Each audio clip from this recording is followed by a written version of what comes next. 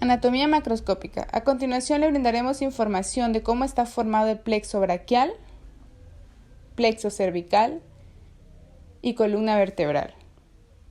Plexo braquial es una estructura nerviosa localizada en la base del cuello y la fosa axilar, responsable de la inervación muscular y cutánea del miembro torácico por las ramas primarias anteriores de los nervios cervicales C5, C6, C7, C8 y T1, con aportes inconstantes de C4 y T2. Se ubica aproximadamente por el cuello, la axila y el brazo, de medial a lateral. Todos los principales nervios que inervan la extremidad superior se originan en el plexo braquial. Se sitúan posteriormente a la arteria subclavia en el cuello, mientras que las partes más distales del plexo rodean a la arteria axilar. Aquí podemos ver dónde está ubicado cada uno de ellos y sus nervios. El plexo braquial se encuentra ubicado en el triángulo posterior del cuello, delimitando anatómicamente por la clavícula y los músculos trapecio y esternocleidomastoideo. Los elementos que constituyen el plexo braquial van desde el cuello hasta el brazo, formando raíces que se tornan en troncos, divisiones, fascículos y finalmente en los nervios terminales. Los troncos del plexo braquial se originan en las raíces, pasan lateralmente sobre una costilla y entran en la axila. Cada tronco se divide en dos formando las divisiones que se tornan luego en fascículos. El tronco superior está formado por la unión de las raíces C5 y C6. El tronco medio es la continuación de la raíz. El tronco inferior se forma por la unión de las raíces C8 y T1. El tronco inferior se sitúa sobre la primera costilla, posterior a la arteria subclavia. Los troncos medio y superior tienen una posición más superior. Y aquí ustedes lo pueden notar.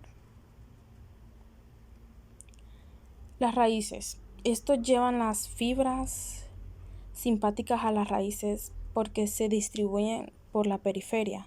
Las raíces y los troncos se sitúan en el triángulo posterior del cuello, pasando entre los músculos escaleno anterior y escaleno medio, y en un plano superior y posterior de la arteria subclavia. Las divisiones se combinan para formar los nervios relacionados con los comportamientos posteriores. Y las tres divisiones anteriores forman la parte del plexo braquial que dará los nervios periféricos encargados de inervar los comportamientos anteriores del brazo y del antebrazo. Los fascículos se originan de las divisiones y se relacionan con la segunda parte de la arteria axilar, y estos son: fascículo lateral, se forma por la unión de las divisiones anteriores de los troncos superior y medio, y por tanto se deriva de C5 a C7. Se sitúa lateral a la segunda parte de la arteria axilar. El fascículo medial se ubica medial a la segunda parte de la arteria axilar y es la continuación de la división anterior del tronco inferior, por tanto recibe aportaciones de C8 y T1. El fascículo posterior se encuentra posterior a la segunda parte de la arteria axilar y se forma por la unión de las tres divisiones posteriores. Recibe aportaciones de todas las raíces del plexo braquial. Los ramos de las raíces, además de los pequeños ramos segmentarios de C5 a C8 para los músculos del cuello y las aportaciones de C5 al nervio frénico, las raíces del plexo braquial dan lugar a los nervios dorsal de la escápula y torácica largo, y estos son cutáneo medial del antebrazo, mediano, cubital, subescapular superior, subescapular inferior, axilar y radial. Y aquí podemos notar dónde están ubicados. Y las lesiones del plexo braquial suelen deberse a traumatismos contusos que producen a la evolución y la inervación de los nervios. El plexo cervical. A continuación vamos a entrar en contexto sobre lo que es el plexo cervical. Ramas superficiales del plexo cervical. El plexo cervical se localiza profundamente en la parte superior del cuello, cubierto por las venas yugular interna y el esternocleidomastoideo. Esta forma por las ramas anteriores de 4 primeros nervios cervicales. Sus ramas superficiales o cutáneas son las ramas mastoidea, la auricular y la cervical transversa, y estos nervios supraclaviculares. Todas estas ramas superficiales emergen cerca de la parte media del borde superior del esternocleidomastoideo. Plexo cervical. Es la parte del sistema nervioso periférico que se va a encargar de inervar motoramente el cuello. Va a estar formada como todo plexo por ramas anteriores de los nervios raquídeos. En este caso del primero al cuarto cervicales. La rama anterior del primer nervio cervical se anastomosa con la del segundo con la del tercero y la del tercero con la cuarta. Se forma de esta manera una estructura que está representada por tres asas. Una primera que es la asa del atlas, una segunda que se denomina asa del axis y una tercera que se denomina tercera asa cervical. De esta asa van a salir ramas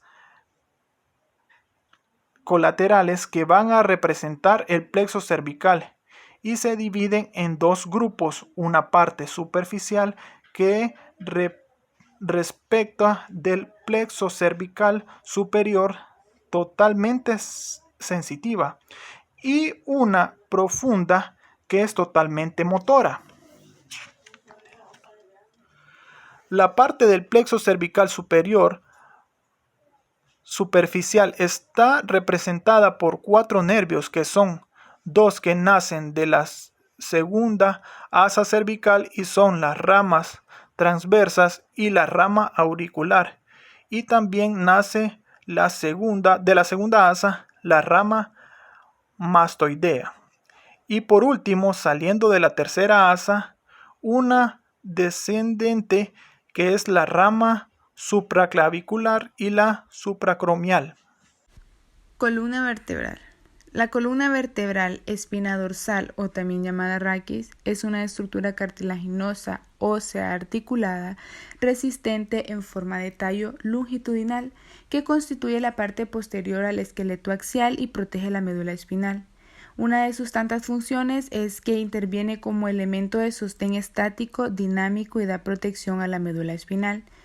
Es la estructura principal del esqueleto y permite al humano desplazarse en posición pie. Sirve de soporte para el cráneo y tiene mayor flexibilidad gracias a unos tejidos llamados discos intervertebrales. Vértebras. El número y característica específica de las vértebras varían dependiendo de la región del cuerpo a la cual están asociados.